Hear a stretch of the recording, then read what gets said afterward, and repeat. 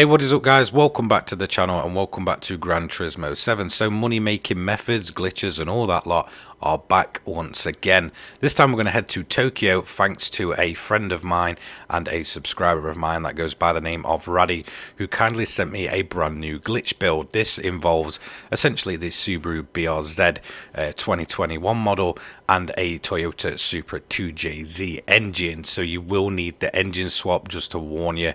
If you don't have that, I believe that it won't exactly work as correctly as it should do. So in terms of the base model car that you're going to be using, is the Subaru BRZ S 2021 model, buyable from the Subaru dealer, and it's slap bang between two of the older kind of generation models. So ensure that it's the newer model that you do pick up, not the S15 or the STI Sport from 2018. I'm not quite sure if they're kind of able to be engine swapped. Anyway, cheap price, 32,670 credits. So in terms of the livery we're using, I'm just going to use the one that Raddy sent over in his message. This is the N24 Trust Gredy BRZ. So there you go. This will give you everything you need in terms of your aero, and it is for a wide body car. However, I will go through the parts. As you can see, we've got the Racing Revolution, and you essentially want to set the width and the offset to wide for the wheels. Now in terms of your body parts, at the front you want to run type A, and then if we go over to the side, you're going to notice that you're pretty much just going to run type A all the way through until you get to the rear, in which case it's going to be type B and then a type B rear wing as well. So they are the aero parts that you need. Now in terms of the performance parts, it's going to be weight reduction stage 1, and then if we go just below that, it's going to be the sports hard tyres that we run this build on. From Club Sports, it's going to be bore up high lift camshaft, and then just down at the bottom there we do run ballast as well. From Semi Racing, it's the Racing crankshaft, the fully customizable computer, the high RPM turbocharger, fully customizable LSD, fully customizable manual transmission, increased body rigidity. From Racing, it's stroke up engine balance tuning, polished ports, anti-lag system, and then over here we have Racing intercooler, Racing air filter, Racing silencer, Racing exhaust manifold, Racing brake pads, Racing brake kit slotted discs, fully customizable suspension just down here, and the Racing clutch and flywheel. Now in terms of extreme, you need literally nothing, so they're all the parts that you're going to need for this build. So I'm going to walk you through the build now. Obviously we have the 2JZ GTE Supra engine in, and these sports hard tyres all around. Fully customizable suspension and body height adjustment set to 100 for both. Anti-roll bar 10 for both. Compression is 30 for both. Expansion 40. Natural frequency is 2.85 at the front, 290 back. Negative camber angle is 3 for both. 0.10 on the toe angle outwards on the front, and 0.10 inwards on the rear. Fully customizable LSD. We're going to set the initial torque to 5, acceleration sensitivity to 5, braking sensitivity to 60. Fully customizable manual transmission set to 350. And then on the ballast side, we're going to set it to 7, minus 50 on the positioning, and we're going to run the fully customizable ECU. Obviously, we are not restricting any power to this build. Downforce at the front is 200 and 250 at the rear. High RPM turbocharger, anti-lag system. I've got set to strong, Racing intercooler, Racing air cleaner, obviously Racing silencer, exhaust manifold, brake system, which is the slotted discs, Racing brake pads, and then we do have the Racing clutch and flywheel just at the top here.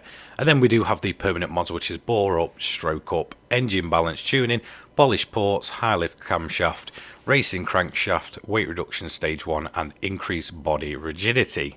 So you may be wondering where the glitch is on this build, and at first I was kind of, thinking along the same lines until I kind of messed around with the ballast and then sort of realised exactly what's causing it. So if we look at the ballast, it's set to 7 here, and if we kind of go to the less markers, so if we go to the left and like 6 downwards, as you can see, it's going to kind of stay around the low 500s to kind of mid 500s. However, if we turn it then back up, it'll start going in its more natural order. So obviously at 0 it's over 600. However, if we start adding it even a slight amount more, around 8 onwards, as you can see, it jumps to nearly 700 performance points. So it seems to be the ballast that is pretty much causing this build to kind of drop to such a ridiculous low number, even though it's putting out 700 brake. For the event, it's in Asia, and it's going to be Tokyo Expressway in Japan. It's the World Touring Car 600, the one with the higher payout is the one you want to be doing. So like I said, massive shout out goes to Raddy for this one. He's always sending me different types of builds. Sometimes I just don't have the engine swaps, mainly because of, you know, how the roulette system works. And I feel like this is a good time for me to really kind of, you know, call out Polyphony for not opening the engine swaps up to, well, pretty much everyone. It does not only, you know, away from the glitches and stuff, it really does kind of allow people to experience a lot of different cars. I mean, we have the Lancia Delta with the GTR engine in, which is a very kind of well-known glitch build at this point. We obviously have this one. We then have sort of like the Cappuccino and stuff with kind of engine swaps. We also have Evo 10s with kind of a Scudo Pikes Peak engines in. There's just a lot of tuning potentials with them, so I kind of do wish that they kind of open them up. I did say that in my wish list as well, so people can just buy them. Yes, they might be a bit expensive, but you're essentially going to recoup your losses just with the kind of tuning potential and different events you could take your different builds to. So again, massive thanks to Raddy for this one. In all honesty, I wouldn't say it's the most crazy glitch build going. I do, however, feel like it's a rather solid, stable build. You know, even though it's kind of putting out near on 800 brake horsepower, it never feels like it's too much. I feel like it's a well-balanced build once you kind of get it down, and it's always fun to make use of engine swap vehicles. Now, in terms of the strategy for this one, I fully recommend just running Fuel Mix 1 on the main straight. At this point, you should easily get the lead. Now, this being a pre-1.26 car, you're pretty much guaranteed your clean race bonus no matter what you do. In all honesty, it's rather easy to get your clean race bonus, just don't hit the AI on the opening lap. Once you're kind of clear of them, you're pretty much free from any danger.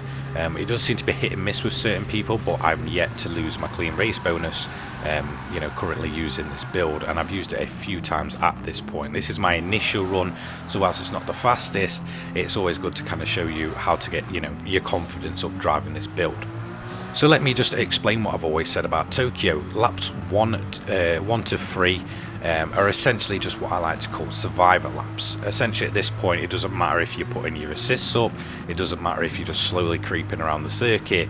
A lot of these builds are pretty much based on dry tyres. So at this point, you just want to go into survival mode and just kind of ensure that you're keeping it as clean as possible and just getting yourself around the lap, mainly the opening lap. That's when it's really kind of, I guess, shifty in most of these cars, and where you're kind of most at risk of pretty much just losing control and binning it. So even if you need to turn the assists up, I mean, I've kind of shown you that I've done it here, don't be afraid to. I do recommend it sometimes because it does help you out for at least lap 1. After that, you can turn them down if you want to, or just, if you're lazy like me, probably just keep them on and forget that you even turned them on in the first place. So after you've come off of the main straight for this build, you do want to turn it down to engine mode 6. Now I recommend just keeping it there for the rest of the race. So as you saw, as I kind of did the wall ride, which you won't lose your clean race bonus, just to know, you pretty much just turn the engine to fuel mix 6 at that point and just cruise around up until your first pit stop, and then I'll kind of explain more.